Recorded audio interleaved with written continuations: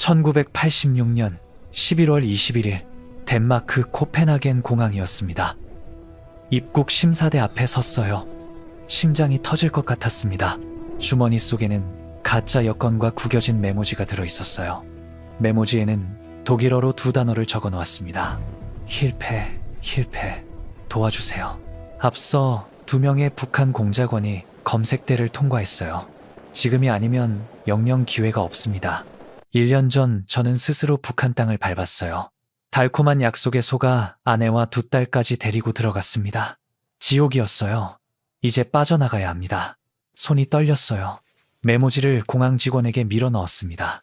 직원이 눈을 크게 떴어요.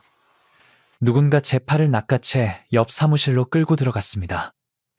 창밖을 보니 북한 공작원 30여 명이 서성이고 있었어요. 탈출에 성공한 겁니다. 하지만 웃을 수가 없었어요. 평양에 아내와 어린 2딸을 남겨두고 왔기 때문입니다. 3달만 버텨. 내가 꼭 데리러 갈게. 그 3달이 40년이 되었습니다.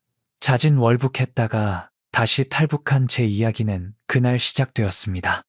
본 이야기는 실제 탈북민의 증언을 토대로 각색한 내용입니다. 등장인물은 정보보호를 위해 모두 가명을 사용하였습니다. 구독, 좋아요 부탁드리고 어디서 듣고 계신지 댓글로 알려주시면 반가운 마음으로 인사드리겠습니다. 실제 월북했다가 재탈북한 한 가족의 충격적인 이야기 지금 시작합니다. 저는 한정우입니다. 1942년 마늘로 유명한 경상북도 의성의 작은 마을에서 태어났어요. 가난한 농가의 셋째 아들이었습니다. 아버지는 남의 땅을 붙이는 소작농이었어요. 해가 뜨기 전에 논으로 나가셔서 해가 완전히 진 뒤에야 집으로 돌아오셨습니다. 손은 언제나 갈라져 있었고 흙투성이었으며 허리는 해가 갈수록 굽어갔어요. 어머니는 새벽부터 밤늦게까지 객 바느질을 하셨습니다. 희미한 호롱불 아래서 가느다란 바늘을 들고 계신 어머니의 구부정한 뒷모습이 아직도 제 눈에 아른거려요. 그렇게 일해도 끼니를 거르는 날이 많았습니다. 보리밥에 된장 한 숟갈을 얹으면 그것이 한 끼였어요. 반찬이라고는 질긴 시래기와 김치뿐이었습니다. 고기 반찬은 설날에나 겨우 구경할 수 있었어요. 저는 늘 배가 고팠습니다. 한밤중에 허기가 져서 잠을 깨는 날도 허다했어요. 그래도 스스로 불행하다고 생각하지는 않았습니다. 마을 사람들 모두가 똑같이 그렇게 살았으니까요. 저는 유독 책을 좋아하는 아이였습니다. 학교 도서관에서 빌려온 책을 호롱불 아래서 밤새 읽었어요. 글자를 한자 한자 따라가다 보면 신기하게도 배고픔을 잊을 수 있었습니다. 책 속에는 완전히 다른 세상이 펼쳐져 있었어요. 가난하지 않은 세상, 배고프지 않은 세상, 아무도 굽은 허리로 남의 땅을 일구지 않아도 되는 그런 세상이요. 아버지가 책 읽는 저를 물끄러미 바라보시며 말씀하셨습니다. 정우야, 공부만이 살 길이다. 이 지독한 가난에서 벗어나려면 무조건 배워야 한다. 너그 아버지처럼 평생 등골 휘어가며 살지는 마라. 그 말씀을 가슴 깊이 새겼어요. 15살에 부산으로 유학을 떠났습니다. 난생 처음 타본 기차였어요. 덜컹거리는 객차나무 의자에 앉아 창밖으로 스쳐 지나가는 풍경을 멍하니 바라봤습니다. 논과 밭과 산이 빠르게 뒤로 물러났어요. 가슴이 마구 두근거렸습니다. 꼭 성공해서 부모님을 편안하게 모시겠다고 굳게 다짐했어요. 부산에서 고등학교를 다녔습니다. 3년 내내 점심을 굶었어요. 하숙비를 아껴야 했거든요. 도시락을 싸올 형편이 안 됐습니다. 친구들이 도시락 뚜껑을 열고 맛있는 냄새가 퍼질 때면 저는 슬그머니 교실 뒷문으로 빠져나왔어요. 아무도 없는 화장실에 숨어서 차가운 수돗물로 텅 빈 배를 채웠습니다. 배꼽이 등에 찰싹 붙는 것 같았지만 이를 악물고 참았어요. 밤에는 너무 배가 고파서 잠을 설쳤습니다. 천장을 노려보며 뒤척이다가 아버지 말씀을 떠올렸어요. 공부만이 살 길이다. 그래, 이 고생이 절대로 헛되지 않을 거다. 스스로를 그렇게 다독이며 버텼습니다. 1962년 서울대학교 도거동문학과에 합격했습니다. 합격 통지서를 받아들었을 때 손이 부들부들 떨렸어요. 어머니가 치마폭에 얼굴을 파묻고 한참을 우셨습니다. 아버지는 아무 말씀 없이 제 어깨를 꾹 눌러주셨어요. 평생 논바닥만 만지시던 그 투박하고 거친 손의 온기가 아직도 생생합니다. 서울로 올라가는 기차 안에서 또 울었어요. 드디어 해냈다고 생각했습니다. 이제 모든 것이 잘 될 거라고 철석같이 믿었어요. 대학에서 괴테를 읽었습니다. 그리고 파우스트를 읽으며 밤을 꼬박 새웠어요. 늙은 학자 파우스트가 악마 메피스토펠레스에게 영혼을 파는 이야기였습니다. 젊음과 쾌락과 지식을 얻는 대가로 자신의 영혼을 내어준 거죠. 결말이 너무 궁금해서 단숨에 읽어버렸어요. 그때는 그저 흥미진진한 옛날 문학 작품이었습니다. 훗날 제가 비슷한 거래를 하게 될 줄은 꿈에도 상상하지 못했지만요. 1970년 28살에 독일 유학길에 올랐습니다. 튜빙겐 대학교 경제학부였어요. 동문학을 전공했지만 경제학으로 방향을 확 틀었습니다.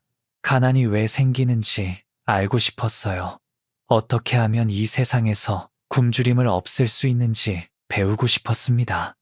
독일은 낯설었어요. 말이 서툴렀습니다. 외로웠어요. 좁디 좁은 월세방에서 간단하게 끼니를 때웠습니다. 고향이 미치도록 그리웠지만 돌아갈 수 없었습니다. 빈손으로 돌아갈 수는 절대로 없었어요. 박사가 되면 모든 것이 달라질 거라고 굳게 믿었습니다. 교수가 되어 금에 환양하리라고 꿈꿨어요. 그때의 저는 전혀 몰랐습니다. 꿈이 때로는 사람을 깊은 수렁으로 끌고 간다는 것을요. 독일에서 15년을 보냈습니다. 그 기나긴 세월 동안 저는 한 여자를 만났어요. 첫눈에 사랑에 빠졌고 결혼을 했습니다. 예쁜 두 딸의 아버지가 되었어요. 온 세상을 다 가진 기분이었습니다. 하지만 저는 그 모든 것을 잃을 줄은 정말 몰랐습니다. 1972년 봄이었습니다. 튜빙겐 대학교 부속 병원 복도에서 그녀를 처음 봤어요. 하얀 간호사 가운을 입고 환자 차트를 들고 빠르게 걸어가고 있었습니다. 검은 머리카락이 어깨 위에서 살랑살랑 흔들렸어요. 이국 땅에서 보기 드문 동양인 여자였습니다. 스쳐 지나가는 순간 눈이 마주쳤어요. 심장이 쿵 하고 내려앉았습니다. 그녀도 멈춰섰어요. 서로 아무 말 없이 몇 초간 바라봤습니다. 어색한 침묵이 흘렀어요. 제가 먼저 용기를 내어 입을 열었습니다. 저기요, 혹시 한국 분이세요? 그녀가 살짝 놀란 표정으로 고개를 끄덕였어요. 네, 통영에서 왔어요. 당신도 한국 분이에요. 목소리가 맑았습니다. 남해 바다처럼 투명하고 깨끗하다는 생각이 저절로 들었어요. 저는 의성에서 왔습니다. 경상도 사투리가 반가웠는지 그녀가 환하게 웃었어요. 눈이 초승달처럼 휘어졌습니다. 아, 경상도시네요. 반갑습니다. 그 웃음 한 번에 가슴이 쿵쾅거리기 시작했어요. 그게 순영이와의 첫 만남이었습니다. 그녀의 이름은 김순영이었습니다. 경상남도 통영의 바닷가 작은 마을에서 태어났다고 했어요. 집안이 몹시 어려워서 어린 나이에 간호학교에 진학했대요. 마산 간호학교를 졸업한 뒤 파독 간호사 시험에 합격해서 독일로 건너왔다고 했습니다. 저와 동갑이었어요. 1942년생. 같은 해에 태어나서 같은 나라를 떠나 이 먼 독일 땅까지 왔다니요. 운명이라고 생각했습니다. 하늘이 맺어준 인연이라고 믿었어요. 저는 틈만 나면 병원으로 찾아갔습니다. 도서관에서 공부하다 말고 버스를 타고 달려가곤 했어요. 순영이 퇴근 시간에 맞춰 병원 정문 앞 가로등 밑에서 기다렸습니다. 처음에는 어리둥절한 표정을 짓던 그녀가 점점 미소를 보여줬어요. 나중에는 제가 서 있는 자리를 먼저 찾아보더라고요. 같이 걸으며 이야기를 나눴습니다. 고향 이야기, 가족 이야기, 꿈 이야기, 외로움 이야기. 그녀는 말을 참 예쁘게 했어요. 조곤조곤한 목소리를 듣고 있으면 마음이 따뜻하게 녹아내렸습니다. 타국에서 외롭게 살던 저에게 그녀는 한 줄기 빛이었어요. 어둠 속에서 만난 등대 같았습니다. 순영이의 하숙방은 병원에서 10분쯤 걸어가면 나오는 낡은 건물 3층에 있었습니다. 삐걱거리는 나무 계단을 올라가야 했어요. 방은 몹시 좁았습니다. 낡은 침대 하나, 조그만 책상 하나, 옷을 넣어두는 작은 서랍장이 전부였어요. 그래도 창가에는 작은 화분이 놓여 있었습니다. 고향 통영에서 가져온 동백나무라고 했어요. 잎이 지푸르고 반들반들 윤기가 났습니다. 통영에는 동백꽃이 참 많이 피어요. 붉은 꽃이 툭툭 떨어지는 모습을 보면 어머니 생각이 나요. 순영이가 화분을 쓰다듬으며 말했습니다. 저는 그 화분을 볼 때마다 코끝이 찡해졌어요. 나도 어머니가 보고 싶었거든요. 호롱불 아래서 바느질 하시던 어머니. 합격 통지서를 받아들고 치마폭에 얼굴을 묻던 어머니. 우리는 그렇게 서로의 외로움을 말없이 알아봤습니다. 둘 다 가난했어요. 둘 다 고향을 떠나왔고 둘 다 그리운 사람이 있었습니다. 그래서 더 끌렸는지도 몰라요. 서로의 빈자리를 채워줄 수 있을 것 같았습니다. 어느 가을날 저녁에 순영이에게 고백했습니다. 병원 뒷마당에 있는 낡은 나무 벤치에 나란히 앉아 있을 때였어요. 해가 지고 어둠이 내려앉았습니다. 하늘에 별이 하나둘 떠오르고 있었어요. 차가운 바람이 불었지만 그녀 옆에 있으니 춥지 않았습니다. 심호흡을 하고 입을 열었어요. 순영 씨, 저랑 결혼해 주겠습니까? 목소리가 바들바들 떨렸습니다. 순영이가 고개를 돌려 저를 빤히 쳐다봤어요. 눈이 별빛을 머금고 반짝거렸습니다. 한참 동안 아무 말이 없었어요. 심장이 터질 것 같았습니다. 이 침묵이 영원처럼 느껴졌어요. 그녀가 천천히 입을 열었습니다. 정우 씨, 나는 가진 게 아무것도 없어요. 돈도 없고, 집도 없고, 배경도 없어요.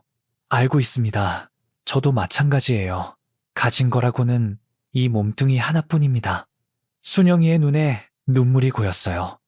입술이 파르르 떨렸습니다. 정말 괜찮아요. 고개를 힘차게 끄덕였어요. 우리 같이 가난해도 괜찮아요.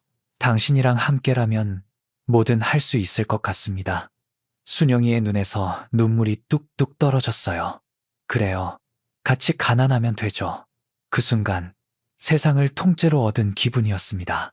별이 쏟아지는 밤하늘 아래서 우리는 오래도록 손을 맞잡고 있었어요. 1972년 11월에 결혼했습니다. 화려한 예식 같은 건 없었어요. 하객도 없었습니다. 튀빙겐 시청의 작은 사무실에서 호적 개장 앞에 섰어요. 독일인 증인 2명이 우리 옆에 서주었습니다. 서류 몇 장에 서명을 하고 도장을 찍었어요. 그게 전부였습니다. 웨딩드레스도 없었고 순백의 면사포도 없었어요. 순영이는 깨끗하게 다린 흰색 블라우스에 검은색 치마를 입었습니다. 저는 유일하게 가지고 있던 낡은 남색 양복을 꺼내 입었어요. 소매가 좀 해졌지만 신경 쓸 겨를이 없었습니다. 결혼 반지는 시내 골목 작은 금은방에서 가장 싼 것으로 골랐어요. 얇디 얇은 금반지였습니다. 볕에 비춰보면 속이 비칠 것 같았어요.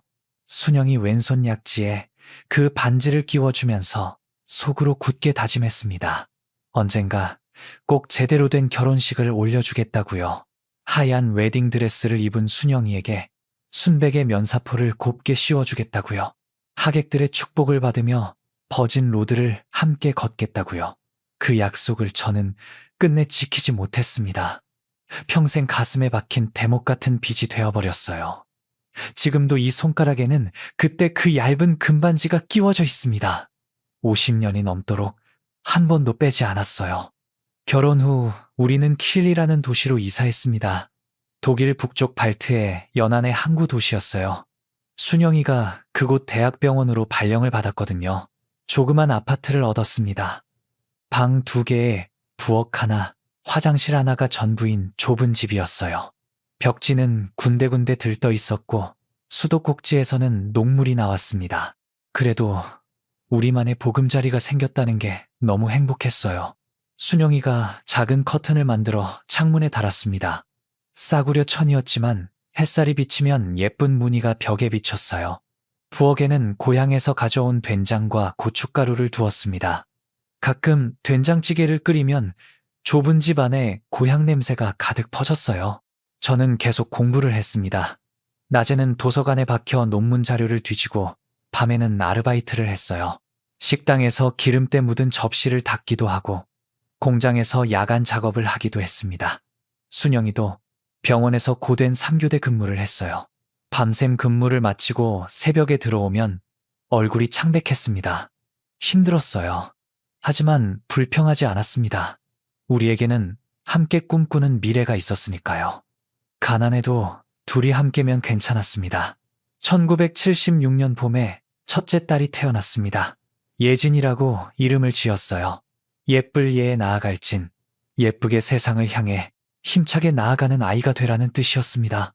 순영이가 진통을 시작했을 때 택시를 잡아 타고 병원으로 달려갔어요. 분만실 앞 복도에서 기다리는 시간이 천년처럼 길게 느껴졌습니다. 왔다 갔다 서성이며 안절부절 못했어요. 손에 땀이 흥건하게 배었습니다. 기도를 했어요. 제발 무사히 태어나게 해주세요. 마침내 분만실 문이 열리고 간호사가 나왔습니다. 축하드려요. 건강한 여자아이입니다. 다리에 힘이 풀렸어요. 분만실로 뛰어들어갔습니다. 순영이가 땀에 젖은 얼굴로 지쳐 누워 있었어요. 그런데도 웃고 있었습니다. 품에는 작디 작은 아기가 안겨 있었어요. 새빨간 얼굴에 주먹을 불끈 쥐고 있는 아기였습니다. 눈도 제대로 못 뜨고 입을 오물거렸어요. 그런데 그렇게 예쁠 수가 없었습니다. 세상에서 가장 아름다운 존재였어요. 눈물이 왈칵 쏟아졌습니다. 순영이 손을 덥석 잡았어요. 고마워요, 당신. 정말 고마워요. 순영이도 눈물을 흘렸습니다. 우리는 한참 동안 말없이 손을 맞잡은 채 울었어요. 그 조그만 생명체가 우리 사이에서 태어났다는 게 믿기지 않았습니다. 2년 뒤인 1978년 겨울에 둘째 딸이 태어났어요. 수진이라고 이름을 지었습니다. 빼어날 수의 보배진, 빼어나게 아름다운 우리 가족의 보배라는 뜻이었어요. 예진이가 동생을 보더니 까르르 웃음을 터뜨렸습니다. 두 살배기가 아기 볼을 조그만 손가락으로 콕콕 찔렀어요. 엄마, 이게 뭐야? 동생이야, 예진아. 이제 언니가 됐어. 예진이가 고개를 갸웃거렸습니다. 조심해. 살살 만져야 해. 순영이가 부드럽게 타일렀어요. 저는 그 모습을 침대 옆에 서서 멍하니 바라봤습니다. 이게 진짜 나의 가족인가 싶었어요. 꿈만 같았습니다. 가난한 소장농의 아들이 이 먼 독일 땅에서 사랑하는 아내와 예쁜 두 딸을 얻다니요. 감히 상상도 못했던 행복이었습니다. 그때가 제 인생에서 가장 빛났던 시절이었어요. 다시는 돌아오지 않을 황금 같은 나날들이었습니다. 아이들이 자라는 모습을 지켜보는 것이 유일한 낙이었어요. 예진이는 말을 무척 빨리 배웠습니다. 3살 때 벌써 독일어와 한국어를 섞어서 제잘거렸어요. 아빠, 이거 뭐야? 조그만 손가락으로 이것저것 가리키며 쉴 새 없이 물었습니다. 저는 그때마다 예진이를 무릎에 올려앉히고 하나하나 찬찬히 설명해 주었어요. 이건 사과야. 독일어로는 아펠이라고 해. 예진이가 따라했습니다. 아펠. 발음이 좀 어눌했지만 그게 또 귀여웠어요. 아빠, 잘했어. 제가 박수를 쳐주면 예진이가 깔깔 웃었습니다. 그 웃음소리가 집안을 가득 채웠어요. 수진이는 언니와는 달리 조용한 아이였습니다. 말수가 적은 대신 눈망울이 깊었어요. 무언가를 골똘히 생각하는 듯한 눈빛이었습니다. 저를 빤히 올려다보는 그 까만 눈동자를 보면 마음이 스르륵 녹아내렸어요. 수진아, 뭘 그렇게 봐. 아빠가 그렇게 잘생겼어. 농담을 건네면 수진이가 수줍게 웃었습니다. 그 미소가 순영이를 꼭 닮았어요. 순영이는 정말 좋은 엄마였습니다. 병원에서 힘든 3교대 근무를 마치고 녹초가 되어 돌아와도 아이들 저녁을 꼬박꼬박 차렸어요. 독일에서 구하기 어려운 재료로 한국 음식을 만들었습니다. 미역국도 끓이고 계란말이도 부치고 감자조림도 만들었어요. 아이들이 밥을 맛있게 먹는 모습을 흐뭇한 눈으로 바라보곤 했습니다. 예진아, 수진아, 많이 먹어. 많이 먹어야 키가 쑥쑥 커. 아이들이 고개를 끄덕이며 숟가락을 열심히 놀렸어요. 밥풀이 입가에 묻으면 순영이가 손가락으로 살짝 닦아주었습니다. 주말에는 온 가족이 함께 근처 공원에 나갔어요. 아이들이 푸른 잔디밭에서 뛰어놀았습니다. 예진이가 동생 손을 잡고 이리저리 뛰어다녔어요. 까르르 웃음소리가 공원에 울려 퍼졌습니다. 우리 부부는 벤치에 나란히 앉아 그 모습을 지켜봤어요. 순영이가 제 손을 살며시 잡았습니다. 우리 이렇게만 살면 되는 거예요. 그 말에 고개를 끄덕였어요. 그래요. 평생 이렇게만 살아요. 진심이었습니다. 더 이상 바랄 것이 없었어요. 이 순간이 영원히 계속되기를 빌었습니다. 하지만 행복은 오래가지 않았습니다. 1980년대에 접어들면서 검은 구름이 몰려오기 시작했어요. 우선 순영이의 건강이 급격히 나빠졌습니다. 어느 겨울날 교통사고를 당했어요. 눈이 내리는 날이었습니다. 빙판길에서 버스가 미끄러지면서 순영이가 탄 차와 정면으로 충돌했어요. 병원에서 연락이 왔을 때 눈앞이 캄캄해졌습니다. 달려가 보니 순영이가 응급실 침대에 누워 있었어요. 얼굴이 창백했습니다. 다행히 목숨은 건졌지만 허리를 크게 다쳤어요. 뼈에 금이 갔다고 했습니다. 병원에서 꼬박 석 달이나 입원했어요. 퇴원한 후에도 통증이 가시지 않았습니다. 비가 오거나 날이 흐리면 허리를 부여잡고 끙끙거렸어요. 설상가상으로 병원에서 환자를 돌보다가 간염에 감염되었다는 진단을 받았습니다. 간이 점점 나빠지고 있었어요. 얼굴이 누렇게 떠올랐습니다. 눈도 탁해졌어요. 몸무게가 줄었습니다. 한때 그토록 건강하고 활기차던 순영이가 눈에 띄게 야위어 갔어요. 지켜보는 제 마음이 찢어지는 것 같았습니다. 저도 막다른 골목에 몰려 있었습니다. 1985년에 드디어 박사 학위를 받았어요. 브레멘 대학교에서 경제학 박사가 된 겁니다. 15년이 걸렸습니다. 43살이었어요. 학위증을 손에 쥐었을 때 기쁨보다 막막함이 먼저 밀려왔습니다. 이 나이에 과연 교수가 될 수 있을까? 독일 대학에서 동양인 박사를 채용해 줄까? 불안감이 엄습했어요. 예감은 틀리지 않았습니다.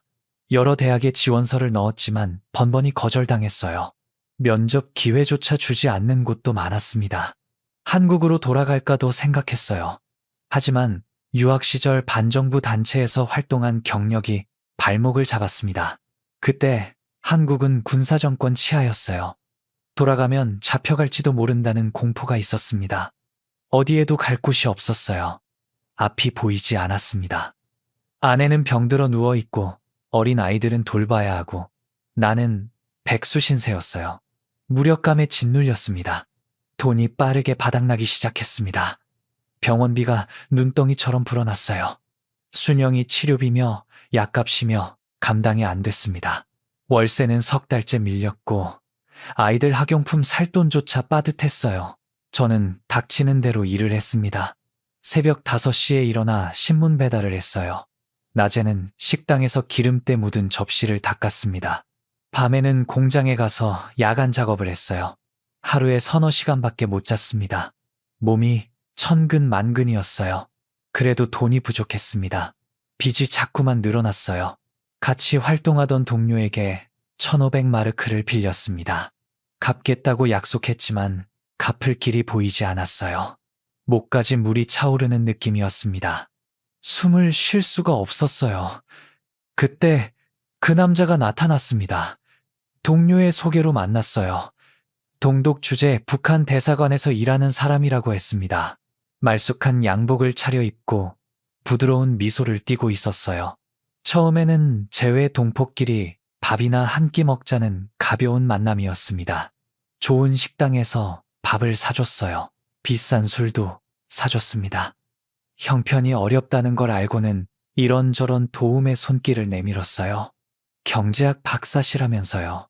정말 대단하십니다. 조국에 이런 인재가 필요합니다. 축혀 올려주니 기분이 좋았습니다. 한참 굶주린 사람에게 밥을 주는 것처럼 제 자존심을 채워줬어요. 어느 날 그가 조심스럽게 물었습니다. 한 박사님, 혹시 공화국에서 일할 생각이 있으십니까? 공화국이라는 단어에 귀가 번쩍 뜨였어요. 북한 말입니까? 그가 고개를 끄덕였습니다. 거기 가시면 박사님 같은 인재를 최고로 대우합니다. 벤츠 승용차가 제공되고 넓은 아파트가 배정됩니다. 연구에만 전념할 수 있는 환경이 보장돼요. 게다가 부인 치료도 최고급 병원에서 무료로 받을 수 있습니다. 솔깃했습니다. 지푸라기라도 잡고 싶은 심정이었으니까요. 악마의 속삭임인 줄도 모르고 귀를 기울였습니다.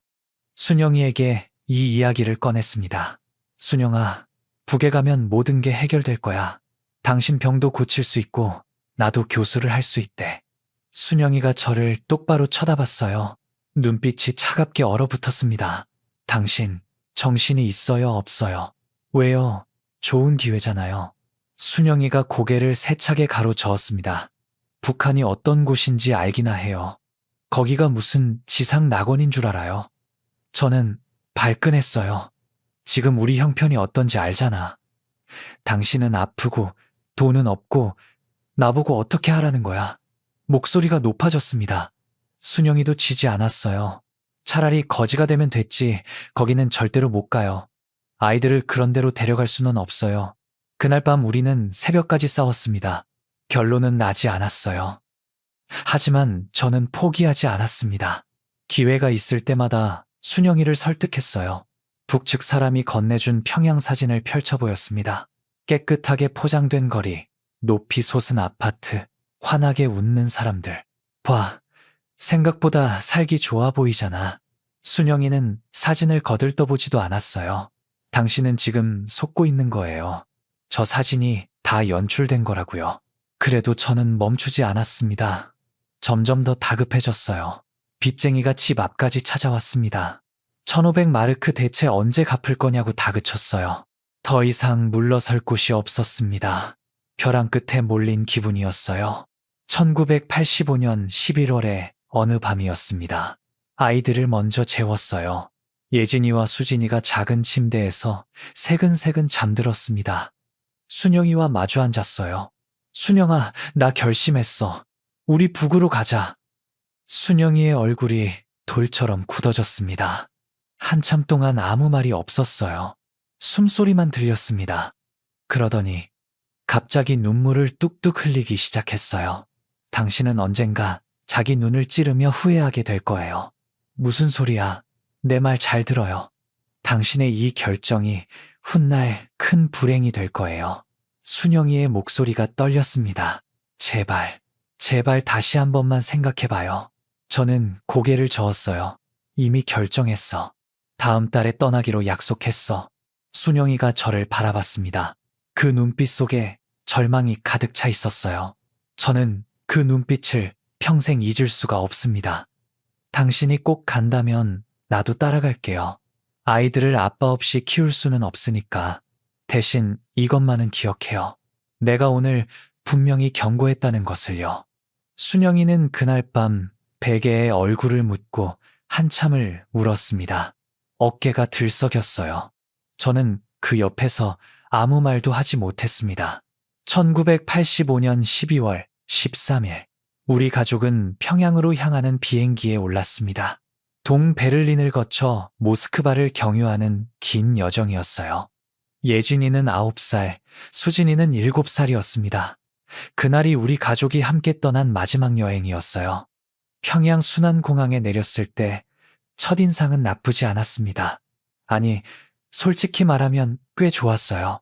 공항 건물이 깨끗하게 정돈되어 있었습니다. 바닥에는 붉은 카펫이 쫙 깔려 있었어요. 정면 벽에는 커다란 김일성 주석의 초상화가 걸려 있었습니다. 환한 미소를 짓고 있는 얼굴이었어요. 우리를 마중 나온 사람들이 손을 흔들며 다가왔습니다. 어서 오십시오, 한 박사님. 공화국의 품에 오신 것을 진심으로 환영합니다. 커다란 꽃다발을 안겨주었어요. 붉은 장미와 하얀 백합이 섞여 있었습니다. 향기가 코끝을 간지렸어요. 예진이와 수진이가 신기한 듯 두리번거렸습니다. 아빠, 여기가 북한이야. 예진이가 작은 목소리로 속삭였어요. 그래, 이제 여기서 살게 될 거야. 고개를 끄덕이며 대답했습니다. 순영이는 아무 말이 없었어요. 입술을 굳게 다문 채 주위를 둘러보기만 했습니다. 표정이 어두웠어요. 눈빛이 불안하게 흔들리고 있었습니다. 검은색 고급 승용차가 우리를 태우고 평양 시내로 들어갔습니다. 창밖으로 풍경이 스쳐 지나갔어요. 넓은 대로가 쭉 뻗어 있었습니다. 차선이 8개나 되는 도로였어요. 양옆으로 높은 건물들이 줄지어 서 있었습니다. 아파트 단지가 끝없이 펼쳐졌어요. 거리는 깨끗하게 정돈되어 있었습니다. 쓰레기 하나 보이지 않았어요. 행인들은 단정한 옷차림으로 바쁘게 걸어 다녔습니다. 독일에서 들었던 것과는 많이 달랐어요. 가난하고 낙후된 나라라고 들었는데 그렇지 않아 보였습니다. 생각보다 괜찮아 보이네. 창밖을 바라보며 순영이에게 말했어요. 순영이가 저를 힐끗 쳐다봤습니다. 눈빛이 싸늘했어요. 아무 대꾸도 하지 않았습니다. 대신 작은 한숨만 내쉬었어요. 그때는 그 한숨의 의미를 몰랐습니다. 우리 가족은 창광거리에 있는 동흥동 아파트에 배정받았습니다. 꽤 넓은 집이었어요. 방이 3개나 있었습니다. 거실도 넓었고 부엌도 깔끔했어요. 가구도 새 것으로 들어와 있었습니다. 나무 장롱, 소파, 식탁, 의자까지 전부 새 거였어요. 텔레비전도 있었고 냉장고도 있었습니다. 독일에서 살던 좁은 아파트와는 비교가 안 됐어요. 벽에는 김일성 주석과 김정일 국방위원장의 초상화가 나란히 걸려 있었습니다. 인자한 미소를 짓고 있는 두 사람의 얼굴이 우리를 내려다보고 있었어요. 어떻습니까? 마음에 드십니까? 안내원이 뿌듯한 표정으로 물었습니다. 고개를 끄덕였어요. 네, 아주 좋습니다. 감사합니다. 안내원이 만족스럽게 웃었어요. 부족한 게 있으시면 언제든 말씀해 주십시오. 무엇이든 도와드리겠습니다. 당에서 한 박사님 가족을 특별히 신경 쓰고 있습니다. 그가 떠나고 나서 순영이가 조용히 말했어요. 너무 좋아요. 이상할 정도로 좋아요. 무슨 말이야. 순영이가 고개를 저었습니다. 세상에 공짜는 없어요. 이렇게 퍼주는 데는 다 이유가 있어요. 순영이의 눈빛이 불안하게 흔들렸어요. 곧 대가를 치르게 될 거예요. 당신은 아직 모르는 것 같지만요. 그 대가는 순영이 말대로 생각보다 훨씬 빨리 찾아왔습니다. 입국한 바로 다음 날부터 이른바 밀봉 교육이라는 것이 시작되었어요. 외부와 철저하게 차단된 상태에서 사상 교육을 받아야 했습니다. 매일 아침 7시에 기상해서 8시까지 아파트 앞에 집합했어요. 버스가 우리를 어딘가로 데려갔습니다. 커다란 회색 건물이었어요. 창문이 하나도 없었습니다. 강의실에 들어가면 저녁 6시까지 꼼짝없이 앉아 있어야 했어요. 화장실도 마음대로 갈 수 없었습니다. 허락을 받아야 했어요. 김일성 주석의 혁명 역사를 배웠습니다. 한일빨치산 투쟁부터 조국 해방 전쟁까지 세세하게 외워야 했어요. 주체 사상의 우월성을 칭송하는 글을 필사했습니다. 손이 아프도록 수십 번씩 베껴 썼어요. 남조선 괴뢰 정권의 만행을 규탄하는 기록 영화를 봤습니다. 잔인한 장면이 나와도 눈을 감으면 안 됐어요. 감시원이 지켜보고 있었거든요. 눈을 감으면 비판을 받았습니다. 사상이 불순하다는 딱지가 붙었어요. 처음에는 그저 형식적인 절차라고 생각했습니다. 입국 초기에 잠깐 거치는 과정이겠지. 곧 끝나겠지. 그러면 본격적으로 연구를 시작할 수 있겠지. 그렇게 스스로를 달랬어요. 하지만 교육은 끝날 줄을 몰랐습니다. 1달이 지났어요. 2달이 지났습니다. 3달째에 접어들었어요. 100일이 넘도록 매일같이 강의실에 앉아 있어야 했습니다. 온종일 같은 내용을 반복해서 듣고 외우고 베껴 썼어요. 머리가 멍해졌습니다. 생각하는 힘이 점점 사라지는 것 같았어요. 그게 바로 그들의 목적이었겠죠. 우리 가족은 아파트 밖으로 한 발짝도 자유롭게 나갈 수 없었습니다. 항상 감시하는 사람이 붙어 있었어요. 어디를 가든 따라왔습니다. 시장에 가도, 공원에 가도, 심지어 화장실에 갈 때도 문 앞에서 기다렸어요. 숨이 막혔습니다. 감옥이나 다름없었어요. 창살 없는 감옥이었습니다. 순영이가 점점 지쳐갔어요. 얼굴에 생기가 사라졌습니다. 눈 밑에 그늘이 짙게 내려앉았어요. 입을 꾹 다물고 하루 종일 말이 없는 날이 많아졌습니다. 아이들도 힘들어했어요. 독일에서는 마음껏 뛰어놀던 아이들이었습니다. 공원에서 뛰고 자전거를 타고 친구들과 어울렸어요. 여기서는 그럴 수 없었습니다. 아파트 안에만 갇혀 있어야 했어요. 예진이가 창밖을 멍하니 바라보는 날이 많아졌습니다. 수진이는 밤마다 악몽을 꿨어요. 자다가 울면서 깨곤 했습니다. 아빠, 밖에 나가고 싶어. 수진이가 제 바지 가랑이를 붙잡고 칭얼거렸어요. 마음이 찢어지는 것 같았습니다. 조금만 참아. 곧 나갈 수 있을 거야. 거짓말을 했어요. 언제 끝날지 저도 몰랐으니까요. 아이에게조차 거짓말을 해야 하는 자신이 비참했습니다. 교육이 끝나고 나서 드디어 저에게 업무가 주어졌습니다. 경제학자로서 연구실에 배치될 줄 알았어요. 논문을 쓰고 학생들을 가르치게 될 거라고 기대했습니다. 그들이 그렇게 약속했으니까요. 하지만 현실은 완전히 달랐어요. 저를 데려간 곳은 평양시 흥부동에 있는 낡은 건물이었습니다. 겉으로 보기에는 평범한 사무실 건물이었어요. 간판도 없었습니다. 안으로 들어가니 좁은 복도가 나왔어요. 형광등이 깜빡거렸습니다. 복도 끝에 있는 방으로 안내받았어요. 문을 열자 방송 장비가 가득 들어차 있었습니다. 마이크, 믹싱 콘솔, 녹음 장비들이 빼곡했어요. 여기가 어디입니까? 어리둥절해서 물었습니다. 안내원이 무표정하게 대답했어요. 민중의 메아리 방송국입니다. 한 박사님은 여기서 일하시게 됩니다. 가슴이 철렁 내려앉았어요. 방송국이라니요? 저는 경제학자입니다. 연구를 하러 온 겁니다. 대학에서 강의를 하기로 한 거 아닙니까? 안내원이 싸늘하게 웃었습니다. 입꼬리만 올라갔어요. 눈은 웃지 않았습니다. 당에서 결정한 사항입니다. 한 박사님의 해박한 경제 지식을 남조선 동포들에게 널리 전해주시면 됩니다. 거부할 수 없었어요. 선택권 따위는 애초에 없었습니다. 민중의 메아리는 대남 선전 방송이었습니다. 남한에 살고 있는 사람들에게 북한 체제의 우월성을 선전하고 남한 정부를 비난하는 프로그램이었어요. 저는 민영훈 교수라는 가명으로 활동했습니다. 실제로 존재하지 않는 가짜 신분이었어요. 남한의 경제 정책을 비판하는 원고를 썼습니다. 미국과 일본의 경제 침탈을 규탄하는 논평을 작성했어요. 북한 경제의 우수성을 찬양하는 해설을 덧붙였습니다. 그리고 그것을 녹음실에서 또박또박 읽었어요. 동포 여러분, 남조선 경제는 지금 미 제국주의의 착취 아래서 처참하게 신음하고 있습니다. 민중은 굶주리고 있으며 노동자는 억압받고 있습니다. 오직 우리 공화국만이 진정한 자주 경제를 실현하고 있습니다. 위대한 수령님의 영도 아래 조선 인민은 행복하게 살고 있습니다. 입에서 나오는 말이 전부 거짓이었어요. 한 글자 한 글자가 다 새빨간 거짓말이었습니다. 내가 쓴 글인데도 읽을 때마다 속이 메스꺼렸어요. 녹음을 마치고 나면 화장실로 달려가 구역질을 했습니다. 세면대에 얼굴을 묻고 한참을 토했어요.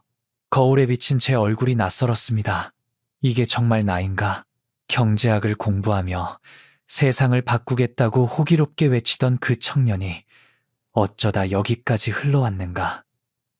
자괴감에 미칠 것 같았어요. 파우스트가 악마에게 영혼을 팔아넘긴 심정이 이런 것이었을까요? 순영이에게는 차마 말할 수 없었습니다. 무슨 일을 하는지 털어놓을 용기가 없었어요. 집에 돌아오면 아무 일 없다는 듯이 웃었습니다. 오늘 일은 어땠어요? 순영이가 물었어요. 저는 고개만 끄덕였습니다. 괜찮았어. 순영이는 더 이상 묻지 않았어요. 이미 눈치를 챈 것 같았습니다. 제 눈을 피하는 것 같았어요. 우리 사이에 무겁고 끈적끈적한 침묵이 내려앉았습니다. 예전 같으면 오순도순 이야기를 나눴을 저녁 시간이 고통스러운 시간이 되었어요. 밥을 먹으면서도 서로 눈을 마주치지 않았습니다. 밤에 잠자리에 누우면 순영이가 등을 돌리고 누웠어요. 어깨가 가늘게 떨리는 게 느껴졌습니다. 소리 없이 울고 있었어요. 목소리를 죽이고 흐느끼고 있었습니다. 손을 뻗어 어깨를 감싸려다가 멈췄어요. 무슨 말을 해야 할지 몰랐습니다. 미안하다는 말이 목구멍까지 치밀어 올랐지만 끝내 내뱉지 못했어요. 그 말을 하면 모든 게 무너질 것 같았습니다. 어느 날 저녁이었습니다. 일을 마치고 무거운 발걸음으로 집에 돌아왔어요. 문을 열자마자 울음소리가 들렸습니다. 예진이와 수진이가 울고 있었어요. 예진이가 수진이를 꼭 껴안은 채 소파에 앉아 있었습니다. 두 아이 모두 얼굴이 눈물 범벅이었어요. 왜 그래? 무슨 일이야? 달려갔습니다. 예진아, 수진아, 왜 울어? 예진이가 고개를 들었어요. 눈이 토끼처럼 벌겋게 부어 있었습니다. 콧물이 흘러내리고 있었어요. 아빠, 오늘 학교에서 애들이 우리 보고 놀렸어. 뭐라고 했는데 가슴이 덜컥 내려앉았습니다. 예진이가 입술을 깨물었어요. 한참을 말하지 못했습니다. 수진이가 대신 울먹이며 말했어요. 남조선에서 온 더러운 놈들이래. 간첩 새끼들이래. 반동 분자래. 머리를 망치로 3개 얻어맞은 것 같았습니다. 눈앞이 캄캄해졌어요. 수진아, 괜찮아. 아빠가 왔어. 수진이를 품에 끌어안았습니다. 작은 몸이 부들부들 떨고 있었어요. 아이가 제 가슴에 얼굴을 묻고 흐느꼈습니다. 아빠, 나 여기 싫어. 독일로 돌아가고 싶어. 왜 여기 온 거야? 그 말에 눈물이 왈칵 쏟아질 뻔했어요. 이를 악물고 참았습니다. 울면 안 됐어요. 아빠가 무너지면 안 됐습니다. 조금만 참아. 곧 좋아질 거야. 또 거짓말을 했어요. 좋아질 리가 없다는 걸 알면서도 그렇게 말할 수밖에 없었습니다. 아이를 아는 채 눈을 질끈 감았어요. 순영이의 병세는 점점 악화되어 갔습니다. 북측에서는 최고급 병원에서 치료를 받게 해주겠다고 약속했어요. 평양에서 가장 좋은 의료진이 돌볼 거라고 했습니다. 하지만 약속은 공연불이었어요. 제대로 된 치료를 받을 수 없었습니다. 가장 큰 문제는 약이었어요. 간염 치료에 필요한 약을 구할 수가 없었습니다. 평양 전체를 뒤져도 그 약이 없었어요. 외국에서 들여와야 하는 약이라고 했습니다. 하지만 수입이 막혀 있었어요. 순영이 얼굴이 날로 누렇게 떠올랐습니다. 눈의 흰자위까지 노란빛이 돌았어요. 황달 증상이었습니다. 기운이 없어 하루 종일 침대에 누워있는 날이 많아졌어요. 밥도 제대로 못 먹었습니다. 조금만 먹어도 토했어요. 몸무게가 급격히 줄었습니다. 한때 그토록 건강하고 활기차던 순영이가 눈에 띄게 야위어 갔어요. 뼈가 드러날 정도였습니다. 그래도 순영이는 아이들 앞에서는 웃으려고 애썼어요. 엄마, 괜찮아. 걱정하지 마. 힘없이 웃었습니다. 예진이와 수진이가 엄마 손을 잡고 울었어요. 아이들이 잠든 뒤에야 순영이는 고통스러운 신음을 흘렸습니다. 옆에서 지켜보는 제 마음이 칼로 도려내는 것처럼 아팠어요. 저는 속수무책이었습니다. 아무것도 해줄 수가 없었어요. 돈이 있어도 살 수 있는 게 아무것도 없었습니다. 그저 손을 잡아주는 것 외에는 할 수 있는 게 없었어요. 어느 겨울 저녁이었습니다. 창밖에 눈이 펑펑 쏟아지고 있었어요. 한방눈이었습니다. 세상이 온통 하얗게 뒤덮였어요. 아이들을 먼저 재웠습니다. 예진이와 수진이가 작은 방에서 이불을 덮고 새근새근 잠들었어요. 순영이와 단둘이 거실에 앉았습니다. 난방이 잘 안 돼서 입김이 나왔어요. 담요를 둘러섰습니다. 순영이가 창밖을 멍하니 바라보며 중얼거렸어요. 눈이 참 많이도 온다. 통영에서는 눈 구경하기 어려웠는데. 그러게요. 저도 창밖을 바라봤습니다. 무거운 침묵이 흘렀어요. 순영이가 천천히 고개를 돌려 저를 바라봤습니다. 당신, 여기가 어떤 곳인지 이제 알겠어요. 아무 말도 할 수 없었어요. 입술만 달싹거렸습니다. 순영이가 계속 말했어요. 여기는 사람이 사람답게 살 수 있는 곳이 아니에요. 아이들을 여기서 키울 수는 없어요. 이대로 있다가는 우리 다 죽어요. 그러면 어떡하자는 거야? 물었습니다. 목소리가 갈라졌어요. 순영이가 저를 똑바로 쳐다봤습니다. 나갑시다. 여기서 나가요. 탈출을 하자는 말이었습니다. 심장이 쿵쾅거렸어요. 숨이 가빠졌습니다. 그게 가능할까? 잡히면 어떡해? 우리 다 총살당해. 순영이의 목소리가 떨렸어요. 하지만 눈빛은 단호했습니다. 잡히면 죽어요. 우리 다 죽어요. 하지만 여기 있어도 마찬가지예요. 천천히 썩어가며 죽는 거예요. 차라리 뛰쳐나가다 죽는 게 나아요. 그날 밤부터 탈출을 꿈꾸기 시작했습니다. 하지만 방법이 없었어요. 사방이 막혀 있었습니다. 우리 가족은 24시간 감시를 받고 있었어요. 어디를 가든 미행이 붙었습니다. 출입국 서류도 없었어요.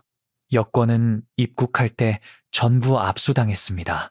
돌려달라고 해도 묵묵부답이었어요. 국경까지 가려면 수백 킬로미터를 가야 했습니다. 검문소가 곳곳에 있었어요. 신분증 없이는 한 발짝도 움직일 수 없었습니다. 도망치다 잡히면 총살이에요. 가족 전체가 처형당합니다. 어린 아이들까지 위험에 빠뜨릴 수는 없었어요. 매일 밤 이불을 뒤집어 쓰고 순영이와 머리를 맞대고 속삭였습니다.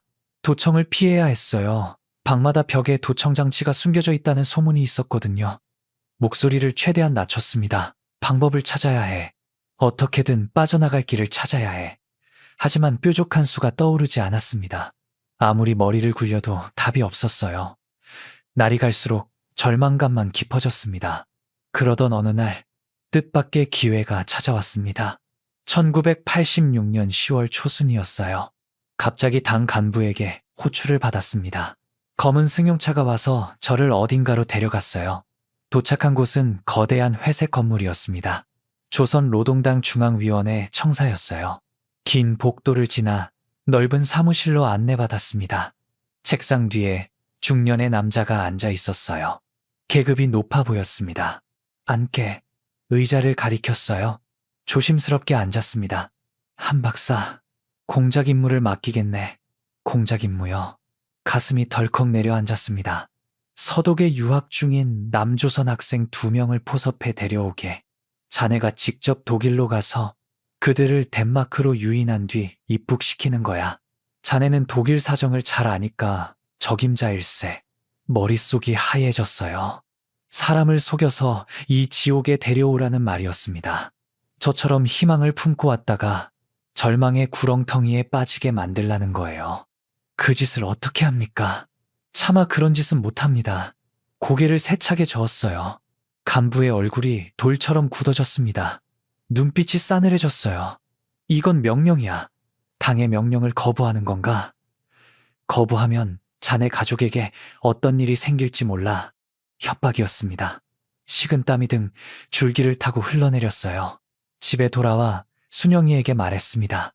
이불을 뒤집어 쓰고 입술을 귀에 바짝 대고 속삭였어요. 독일에 가게 됐어. 공작 임무를 받았어. 순영이의 눈이 휘둥그레졌습니다. 독일로 간다고요. 당신이 독일에 가요.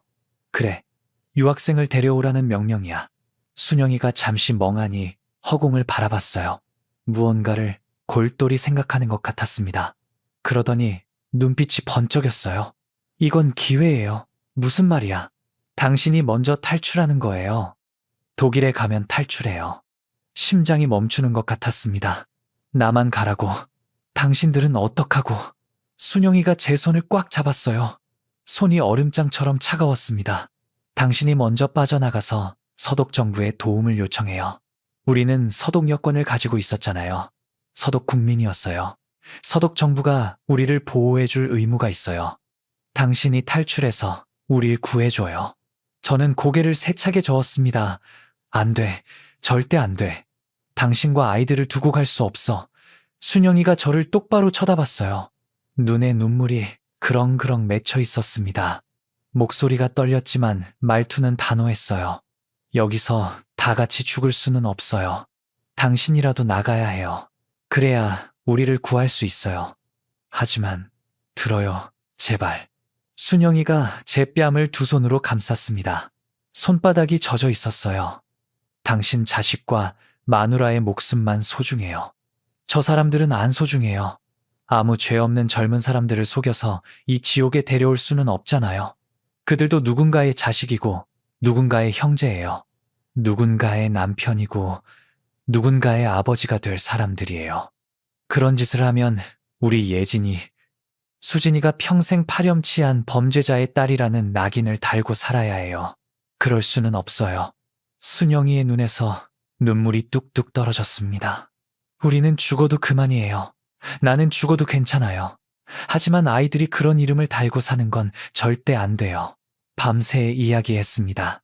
이불 속에서 속삭이며 울고 또 울었어요. 순영이의 말이 맞았습니다. 다른 사람을 속여서 이곳에 데려올 수는 없었어요. 그건 인간으로서 할 수 있는 짓이 아니었습니다. 하지만 가족을 두고 혼자 떠나는 것도 견딜 수 없었어요. 어떻게 해야 해? 어떻게 해야 하는 거야? 머리를 쥐어뜯었습니다. 순영이가 제 손을 다시 잡았어요. 가요. 당신이 가요. 빨리 탈출해서 빨리 우리를 구하러 와요. 석 달이면 돼요.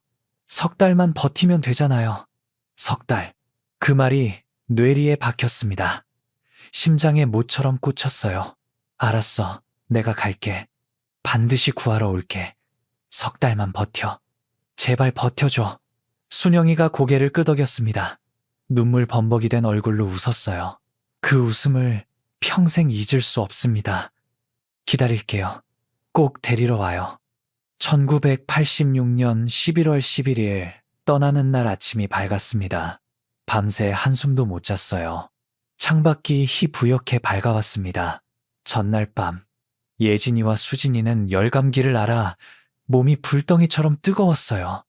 해열제를 구할 수가 없었습니다.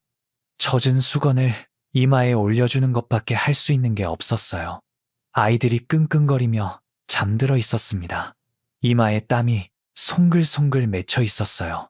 순영이도 밤새 아이들을 간호하느라 눈이 초하게 들어가 있었습니다. 문 밖에서 노크 소리가 들렸어요. 한 박사님, 차가 와 있습니다. 빨리 나오십시오. 공작원의 재촉하는 목소리였습니다. 시간이 없었어요. 아이들 방으로 갔습니다. 예진이가 잠결에 눈을 떴어요. 아빠, 어디가? 목소리가 잠겨 있었습니다. 아빠가 잠깐 출장을 가야 해. 한 달만 있으면 돌아올 거야. 엄마 말 잘 듣고 있어. 알았지? 예진이가 고개를 끄덕였어요. 알겠어, 아빠. 빨리 돌아와. 가슴이 무너지는 것 같았습니다. 수진이는 깨우지 못했어요. 새근새근 자고 있는 얼굴을 한참 내려다봤습니다. 땀에 젖은 이마를 손등으로 쓸어주었어요. 통통한 볼에 입술을 가만히 대었습니다. 미안해. 아빠가 미안해. 꼭 데리러 올게. 조금만 기다려. 입술이 바들바들 떨렸습니다. 현관에서 순영이가 기다리고 있었습니다. 창백한 얼굴이었어요. 아무 말 없이 서로를 바라봤습니다. 할 말이 너무 많았지만 아무것도 내뱉을 수가 없었어요. 공작원들이 바로 옆에 서서 지켜보고 있었으니까요. 순영이가 제 양복 옷깃을 가만히 매만졌어요. 손가락이 떨리고 있었습니다. 단추가 하나 풀어져 있네요. 천천히 단추를 채워주었어요. 조심히 다녀와요. 짧게 말했습니다. 그래, 금방 돌아올게. 거짓말인 줄 알면서도 그렇게 말했어요. 순영이가 갑자기 저를 와락 끌어안았습니다. 공작원들 앞인데도 아랑곳하지 않았어요. 귓속에 대고 속삭였습니다. 숨결이 뜨거웠어요. 석 달이에요. 석 달만 버틸게요. 꼭 데리러 와요. 약속해요. 목소리가 갈라졌습니다. 그리고 갑자기 제 뺨을 손바닥으로 찰싹 때렸어요. 뜨거웠습니다. 뺨이 화끈거렸어요. 순영이의 눈에서 눈물이 주르륵 흘러내렸습니다. 이건 약속이에요. 절대 잊지 마요. 고개를 끄덕였어요. 말이 나오지 않았습니다. 약속할게. 반드시 데리러 올게. 돌아서서 문을 나섰습니다. 뒤를 돌아볼 수 없었어요. 돌아보면 발걸음을 뗄 수 없을 것 같았거든요. 검은 승용차에 올랐습니다. 공작원 2명이 양옆에 딱 붙어 앉았어요. 차가 출발했습니다. 뒷창으로 아파트가 점점 작아져 갔어요. 5층 창문에 하얀 커튼이 흔들리는 게 보였습니다. 순영이가 서서 손을 흔드는 것 같았어요. 아니면 그냥 제 착각이었을지도 모릅니다. 눈물이 앞을 가렸어요. 이를 악물었습니다. 반드시 돌아온다. 반드시 구하러 온다. 속으로 수백 번 되뇌었어요. 평양역에서 기차를 탔습니다. 신의주를 거쳐 중국으로 건너갔어요. 베이징에서 비행기를 타고 동베를린으로 갔습니다. 동베를린에서 다시 코펜하겐으로 가는 비행기에 올랐어요. 공작원 2명이 시종일관 저를 감시했습니다. 잠시도 눈을 떼지 않았어요. 화장실에 갈 때도 따라왔습니다. 한순간도 마음을 놓을 수 없었어요. 1986년 11월 21일 덴마크 코펜하겐 공항에 도착했습니다. 드디어 기회가 왔어요. 입국 심사대가 저 앞에 보였습니다. 공작원 2명이 앞서 검색대를 통과했어요. 제 차례가 왔습니다. 심장이 미친 듯이 뛰었어요. 귀에서 심장 소리가 쿵쿵 울렸습니다. 손바닥에 땀이 흥건하게 배어 있었어요. 주머니 속에는 미리 준비해둔 메모지가 들어 있었습니다. 거기에 독일어로 두 단어를 적어 놓았어요. 힐패, 힐패, 도와주세요. 그리고 박사학위 증명서 사본도 함께 넣어뒀습니다. 신분을 증명할 수 있는 유일한 서류였어요. 지금이다. 지금이 아니면 영원히 기회가 없다. 심사대 앞에 섰습니다. 입국 심사관이 여권을 요구했어요. 가짜 여권을 내밀면서 다른 손으로 메모지와 증명서를 꺼내 심사관 손에 재빨리 밀어 넣었습니다. 심사관의 눈이 커졌어요. 메모지를 힐끗 봤습니다. 눈빛이 달라졌어요. 표정이 굳어졌습니다. 잠깐만 기다리세요. 옆에 서 있던 공항 직원이 재빨리 다가왔습니다. 제 팔을 잡아 끌었어요. 이쪽으로 따라오세요. 작은 사무실로 데려가졌습니다. 문이 닫히는 소리가 들렸어요. 심장이 터질 것 같았습니다. 창문으로 밖을 내다봤어요. 공작원들이 검색대 너머에서 두리번거리고 있었습니다. 저를 찾고 있었어요. 표정이 다급해 보였습니다. 곧 다른 공작원들도 우르르 몰려왔어요. 30여 명이 공항 로비를 서성였습니다. 얼굴이 새파랗게 질려 있었어요. 탈출에 성공한 겁니다. 하지만 기쁘지 않았어요. 기뻐할 수가 없었습니다. 평양에 두고 온 가족 생각에 눈앞이 캄캄해졌어요. 순영아, 예진아, 수진아, 미안해. 반드시 구하러 갈게. 석 달만 버텨줘. 창밖을 바라보며 속으로 외쳤습니다.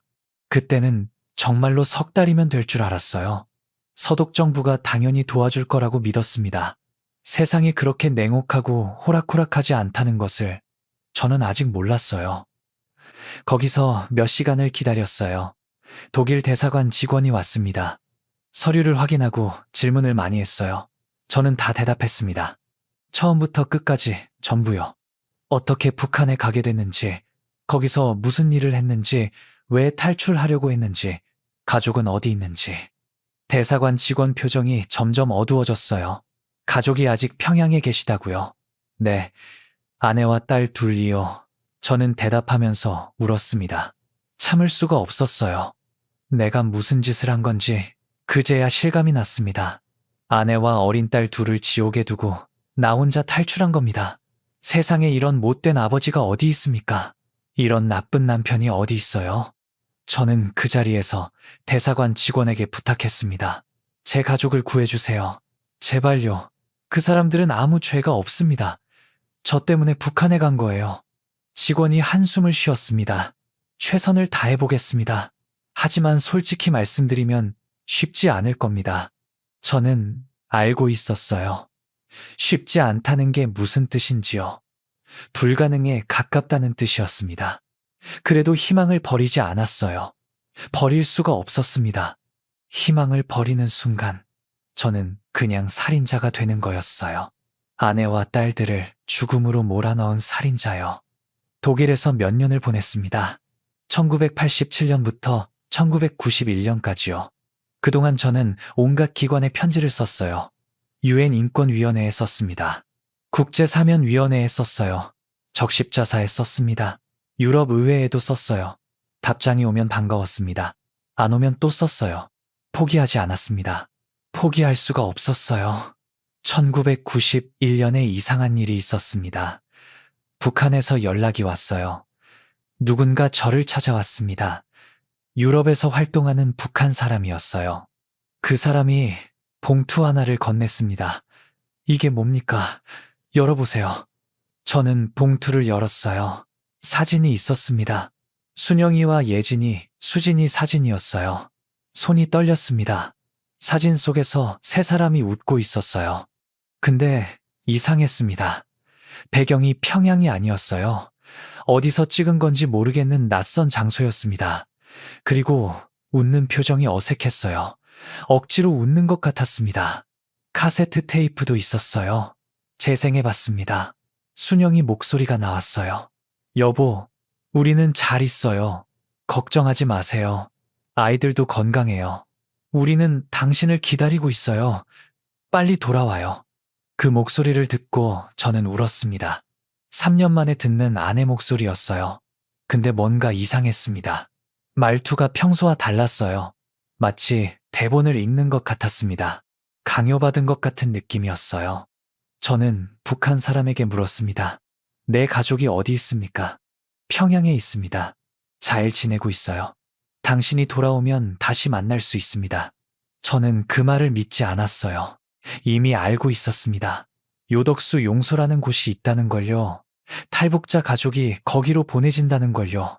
내 가족도 거기 갔을 겁니다. 저는 물었어요.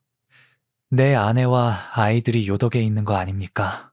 북한 사람 얼굴이 굳어졌습니다. 무슨 소리를 하는 겁니까? 당신 가족은 평양에 있어요. 국가에서 잘 돌봐주고 있습니다. 거짓말이었어요. 얼굴만 봐도 알 수 있었습니다. 저는 그 사람을 내쫓았어요. 다시는 오지 마세요. 당신들 말은 하나도 믿지 않습니다. 1992년에 저는 한국으로 돌아왔습니다. 22년 만에 귀국이었어요. 인천공항에 내렸을 때 감회가 복잡했습니다. 기쁘지 않았어요. 기쁠 수가 없었습니다. 나 혼자만 고향에 돌아온 거잖아요. 아내와 딸들은 지옥에 남겨두고요. 한국에서도 저는 계속 호소했습니다. 정부에 탄원서를 냈어요. 국회의원들을 찾아다녔습니다. 언론에 인터뷰를 했어요. 내 가족을 구해달라고 외쳤습니다. 반응은 미미했어요. 관심을 가지는 사람이 별로 없었습니다. 북한 인권 문제에 신경 쓰는 사람이 많지 않았어요. 그때는 남북 관계가 좋아지던 시기였습니다. 햇볕 정책이라고 했어요. 북한에 퍼주기를 하면 북한이 변할 거라는 생각이었습니다. 저는 반대했어요. 북한은 그런 나라가 아닙니다. 저는 직접 겪어봤어요. 그 사람들은 절대로 변하지 않아요. 돈을 줘도 감옥에 있는 사람들을 풀어주지 않습니다. 오히려 더 꽉 쥐고요. 근데 아무도 제 말을 듣지 않았어요. 당신은 극단적이다. 당신은 냉전적 사고방식에 사로잡혀 있다. 그런 말들을 들었습니다. 저는 외로웠어요. 아내와 딸들이 수용소에서 고통받고 있는데 세상은 관심이 없었습니다. 2000년대에 들어서 상황이 조금 바뀌었어요. 탈북자들이 많이 나오기 시작했습니다. 그 사람들이 증언을 했어요. 수용소에서 어떤 일이 벌어지는지요. 세상이 조금씩 알게 됐습니다. 저는 탈북자들을 찾아다녔어요. 혹시 내 가족을 본 사람이 있는지요? 2003년에 한 사람을 만났습니다. 요덕 수용소에 있었던 여자였어요. 저는 사진을 보여줬습니다. 이 사람들 본 적 있습니까? 그 여자가 사진을 오래 들여다봤어요. 그러다가 말했습니다. 이 여자분 본 것 같아요. 수용소에서요. 제 심장이 뛰었습니다. 언제요? 90년대 중반이요. 구체적인 연도는 기억이 안 나요. 이분이 어떻게 지냈습니까? 힘들어 보였어요. 많이 야위었고요. 근데 버티고 있었습니다. 아이들은요? 이 아이들은 본 적 있습니까? 그 여자가 고개를 저었습니다. 아이들은 모르겠어요. 혹시 따로 있었을 수도 있어요. 수용소가 넓어서요. 저는 울었습니다. 순영이가 살아있었다는 거잖아요. 적어도 90년대 중반까지는요. 그때 저는 희망을 가졌습니다. 아직 늦지 않았을 수도 있어요. 열심히 활동하면 구할 수 있을지도 몰라요. 저는 더 열심히 뛰어다녔습니다. 국제회의에 참석했어요. 유엔에 가서 증언했습니다. 외국 언론과 인터뷰를 했어요. 내 가족 이야기를 했습니다. 북한 수용소의 참상을 알렸어요. 2004년에 통영의 딸들이라는 제목으로 다큐멘터리가 만들어졌습니다. 제 가족 이야기였어요. 그 영화가 국제영화제에서 상을 받았습니다. 사람들이 관심을 가지기 시작했어요. 청원운동이 시작됐습니다. 전 세계에서 서명을 받았어요. 유럽의회에서 결의안이 통과됐습니다. 북한의 신숙자 씨 가족을 석방하라는 내용이었어요. 근데 아시다시피 결의안은 종이에 불과합니다. 북한은 씹어버렸어요. 아무 반응이 없었습니다. 2012년에 놀라운 일이 있었습니다. 북한이 유엔에 공식 답변을 보냈어요. 신숙자 씨는 간염으로 사망했습니다. 두 딸은 결혼해서 잘 살고 있습니다. 부친과 만나기를 원하지 않습니다. 이런 내용이었어요. 저는 그 답변을 읽고 충격을 받았습니다. 순영이가 죽었다고요. 간염으로요. 저는 믿지 않았어요. 아니, 믿고 싶지 않았습니다. 수용소에서 제대로 된 치료를 받았을 리가 없잖아요. 굶어 죽었거나 맞아 죽었을 겁니다. 딸들이 만나기를 원하지 않는다는 것도 거짓말이에요. 강요받았을 게 분명합니다. 혹은 딸들도 이미 죽었을 수 있어요. 북한이 숨기고 있는 거죠. 저는 포기하지 않았습니다. 2013년에도 활동을 계속했어요. 2014년에도요. 매년 유엔에 갔습니다. 매년 호소했어요. 내 딸들을 돌려달라고요. 살아있다면 만나게 해달라고요. 죽었다면 유해라도 돌려달라고요. 북한은 침묵했습니다. 2015년이 지나고 2016년이 지나고 2017년이 지났어요. 저는 늙어갔습니다. 70이 넘었어요. 기억력이 예전 같지 않았습니다. 몸도 아팠어요. 근데 포기할 수 없었습니다. 죽기 전에 딸들을 한 번만 보고 싶었어요. 손녀, 손자가 있을지도 모른다고 생각했습니다. 예진이와 수진이가 결혼했다면요. 내가 알지 못하는 손주들이 북한 어딘가에 있을지도 몰라요. 그 아이들을 한 번도 못 보고 죽는 겁니다. 저는 밤마다 꿈을 꿨어요. 순영이가 나왔습니다. 예진이와 수진이가 나왔어요. 꿈속에서 우리는 다시 독일에 있었습니다. 행복했던 시절이에요. 브레멘의 작은 아파트에서 네 식구가 저녁을 먹고 있었습니다. 수진이가 장난을 쳐서 우유를 쏟았어요. 순영이가 혀를 찼습니다. 예진이가 웃었어요. 저도 웃었습니다. 그때가 좋았어요. 그때로 돌아가고 싶었습니다. 잠에서 깨면 현실이었어요. 나 혼자 있는 방이었습니다. 아내도 없고 딸들도 없었어요. 텅 빈 방에서 천장을 바라보며 생각했습니다. 내가 왜 이렇게 됐을까요? 1985년 12월에 비행기를 타지 않았다면 이렇게 되지 않았을 텐데요. 북한 공작원의 말을 믿지 않았다면요. 석 달만 있다가 오면 된다는 그 달콤한 거짓말을요. 후회해도 소용없었습니다. 이미 벌어진 일이에요. 되돌릴 수 없습니다. 저는 그냥 남은 시간 동안 할 수 있는 일을 하기로 했어요. 증언하고 호소하고 싸우는 거요. 딸들을 위해서요. 순영이를 위해서요. 그리고 나 자신을 위해서요. 이렇게라도 하지 않으면 미쳐버릴 것 같았습니다. 죄책감에 짓눌려서 죽어버릴 것 같았어요. 저는 40년 가까이 유령처럼 살았습니다. 몸은 여기 있는데 마음은 항상 북한에 가 있었어요. 아내와 딸들 곁에요. 잠깐이라도 잊으면 죄책감이 밀려왔습니다. 내가 어떻게 웃을 수가 있어. 내가 어떻게 맛있는 걸 먹을 수가 있어. 내 가족이 수용소에서 고통받고 있는데. 저는 행복해지면 안 됐어요. 행복해질 자격이 없었습니다. 그래서 일부러 힘들게 살았어요. 편하게 살 수 있는데도 불편하게 살았습니다. 그래야 조금이나마 죄를 갚는 것 같았어요. 밤마다 기도했습니다. 신을 믿지 않았지만 기도했어요. 제발 내 가족을 지켜주세요. 제발 내 딸들이 살아있게 해주세요. 제발 한 번만 다시 만나게 해주세요. 응답은 없었습니다. 30년이 넘도록 응답이 없었어요. 저는 계속 기다렸습니다. 기다리는 것밖에 할 수 있는 게 없었어요. 2020년이 되었습니다. 제가 탈출한 지 34년이 지났어요. 순영이와 헤어진 지 35년이 됐습니다. 예진이는 44살이 됐을 거예요. 수진이는 42살이고요. 살아있다면요. 저는 78살이 됐습니다. 머리카락이 다 빠지고 허리가 굽었어요. 눈도 침침해졌습니다. 기억력도 예전 같지 않아요. 가끔 어제 무슨 일이 있었는지도 잘 기억이 안 납니다. 근데 35년 전 일은 선명해요. 순영이 얼굴이 눈앞에 보이는 것 같습니다. 당신 혼자라도 살아야 해요. 그 말이 아직도 귓가에 맴돌아요. 예진이와 수진이가 자고 있던 모습도 생생합니다. 이마에 입맞춤을 했을 때 느꼈던 체온이 아직도 손끝에 남아있는 것 같아요. 저는 그 기억을 붙들고 살았습니다. 그것밖에 없었어요. 사진 몇 장과 카세트 테이프 하나와 기억뿐이었습니다. 2021년에 건강이 급격히 나빠졌어요. 병원에 입원했습니다. 의사가 말했어요. 많이 안 좋습니다. 마음의 준비를 하셔야 할 것 같아요. 저는 웃었습니다. 마음의 준비요. 저는 35년 전부터 죽을 준비가 되어 있었어요. 아니, 솔직히 말하면 죽고 싶었습니다. 여러 번요. 순영이와 아이들을 두고 나 혼자 살아남은 게 너무 괴로웠어요. 숨을 쉬는 것 자체가 죄를 짓는 것 같았습니다. 밥을 먹을 때마다 생각했어요. 내 가족은 지금 뭘 먹고 있을까? 수용소에서 풀뿌리라도 먹고 있을까? 아니면 굶고 있을까? 따뜻한 이불 속에 누우면 생각했습니다.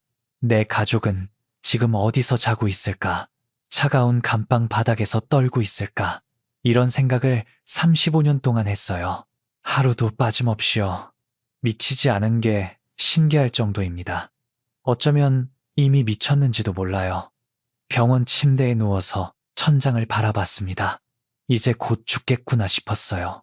죽으면 순영이를 만날 수 있을까요? 예진이와 수진이를 만날 수 있을까요? 저승이라는 게 있다면요. 있다고 믿고 싶었습니다. 거기서 다시 만나서 용서를 빌고 싶었어요. 미안하다고요. 정말 미안하다고요. 당신들을 그곳에 두고 온 게 평생 가장 큰 죄였다고요. 간호사가 들어왔습니다. 면회객이 오셨어요. 누가 왔을까요? 저를 찾아오는 사람이 별로 없었어요. 젊은 사람이 들어왔습니다. 기자라고 했어요. 선생님 이야기를 기록하고 싶다고 했습니다. 후대에 남기고 싶다고요.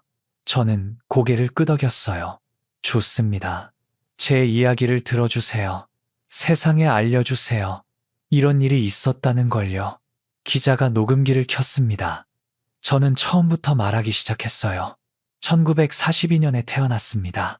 경상북도 의성에서요. 가난한 농가의 셋째 아들이었어요. 이렇게 시작해서 모든 걸 다 이야기했습니다. 독일 유학 시절도요. 순영이를 만난 것도요. 북한에 속아서 간 것도요. 탈출한 것도요. 그 후로 35년 동안 가족을 찾아 헤맨 것도요. 전부 다요. 기자가 중간중간 눈물을 닦았습니다. 저는 울지 않았어요. 너무 많이 울어서 더 이상 나올 게 없었어요. 이야기를 다 끝내고 나서 기자가 물었습니다. 마지막으로 하고 싶은 말씀이 있으신가요? 저는 한참을 생각했어요. 하고 싶은 말이 너무 많았습니다. 근데 뭐라고 해야 할지 모르겠었어요. 결국 이렇게 말했습니다. 제 딸들에게 전해주세요. 예진아, 수진아, 아빠가 미안하다. 아빠가 너희를 버린 게 아니야. 아빠는 매일 너희를 생각했어. 하루도 빠짐없이. 잠들기 전에 항상 너희 이름을 불렀어. 예진아, 수진아, 우리 딸들아, 아빠가 잘못했어. 아빠를 용서해줘. 다음 생이 있다면 그때는 꼭 너희를 지켜줄게. 절대로 놓지 않을게. 이번 생에서 못다한 사랑, 다음 생에서 다 줄게. 기다려줘. 아빠가 곧 갈게. 거기서 만나자. 기자가 녹음기를 껐습니다. 한동안 아무 말도 못했어요. 저도 말이 없었습니다. 무슨 말을 더 하겠어요. 할 말을 다 했는데요. 기자가 일어나면서 말했습니다.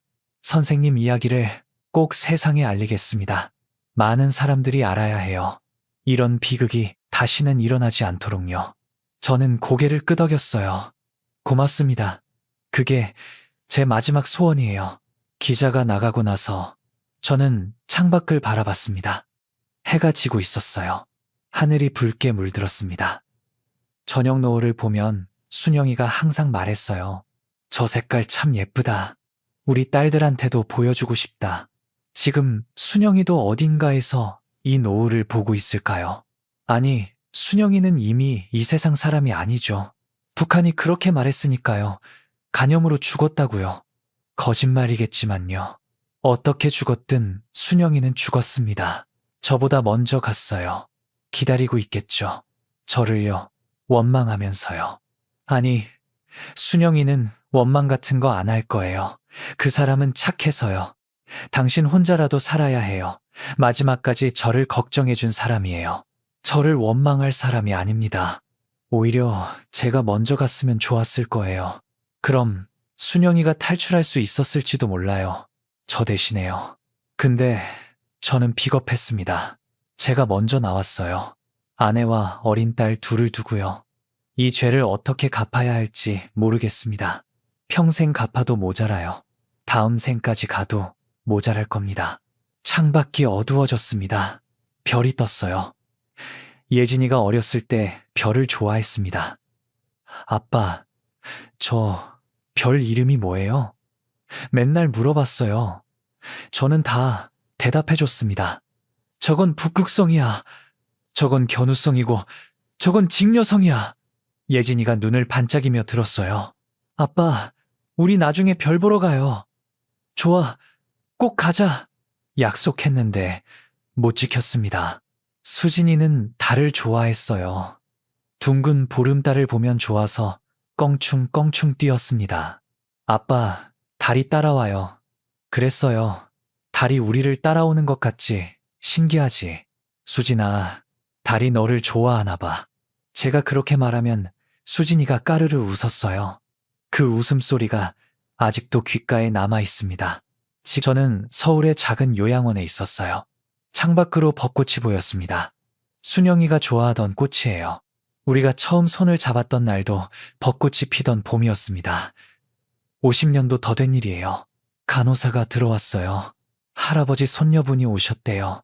손녀요. 저는 고개를 갸웃했습니다. 저한테 손녀가 없는데요. 혼잣말처럼 중얼거렸어요. 문이 열리고 젊은 여자가 들어왔습니다. 20살쯤 돼 보였어요. 저를 보더니 눈물을 글썽였습니다. 할아버지, 저 몰라보시겠어요? 저는 가만히 그 얼굴을 들여다봤어요. 낯설었습니다. 처음 보는 얼굴이에요. 근데 어딘가 익숙했어요. 눈매, 코, 입술 모양이요. 순영이를 닮았습니다. 예진이도 닮았어요. 심장이 뛰기 시작했습니다. 설마. 저는 떨리는 목소리로 물었어요. 누구세요? 그 젊은 여자가 울면서 말했습니다. 저 할아버지 딸 수진의 딸이에요. 할아버지 손녀 한별이요. 엄마가 할아버지 이야기 많이 해줬어요. 저는 아무 말도 할 수가 없었습니다. 눈물만 흘렀어요. 80년을 살면서 그렇게 많이 운 적이 없었습니다. 손녀가 제 손을 잡았어요. 따뜻했습니다. 살아있는 온기였어요. 제 피가 흐르는 아이의 손이었습니다. 할아버지, 엄마가 보고 싶대요. 이모도요. 할아버지 만나고 싶대요. 저는 고개를 끄덕였습니다. 말이 안 나왔어요. 목이 메어서요. 그냥 손녀 손을 꼭 잡고 있었습니다. 놓치면 안 될 것 같았어요. 이게 꿈이면 깨고 싶지 않았습니다. 40년을 기다렸어요. 매일 밤 기도했습니다. 한 번만 만나게 해달라고요. 드디어 응답을 받은 걸까요? 늦었지만요. 너무 늦었지만요. 그래도 감사했습니다. 살아있을 때 만나서요. 죽기 전에 만나서요. 한별이가 가방에서 작은 봉투를 꺼냈습니다. 할아버지, 엄마가 주라고 했어요. 떨리는 손으로 봉투를 열었어요. 편지가 들어있었습니다. 수진이 글씨였어요. 서툰 한글이었지만 분명 제 딸의 글씨였습니다. 아빠, 살아계신 거 알았어요. 언니랑 저는 괜찮아요. 아빠 탓 아니에요. 아빠가 우릴 구하려고 나간 거 엄마한테 다 들었어요. 엄마는 오래전에 돌아가셨어요. 아빠 이름 부르면서요. 마지막까지 아빠를 사랑했어요. 우리한테 말했어요. 아빠를 원망하지 말라고요. 아빠는 우릴 구하려고 했던 거라고요. 저희는 힘들었지만 살아남았어요. 결혼도 하고 아이도 낳았어요. 한별이가 할아버지를 만나러 갔을 거예요. 우리도 곧 갈게요. 기다려주세요. 우리 이제 곧 만날 수 있을 거예요. 조금만 더 기다려주세요. 사랑해요, 아빠. 보고 싶어요. 편지를 읽고 또 읽었습니다. 글씨가 번져 보였어요.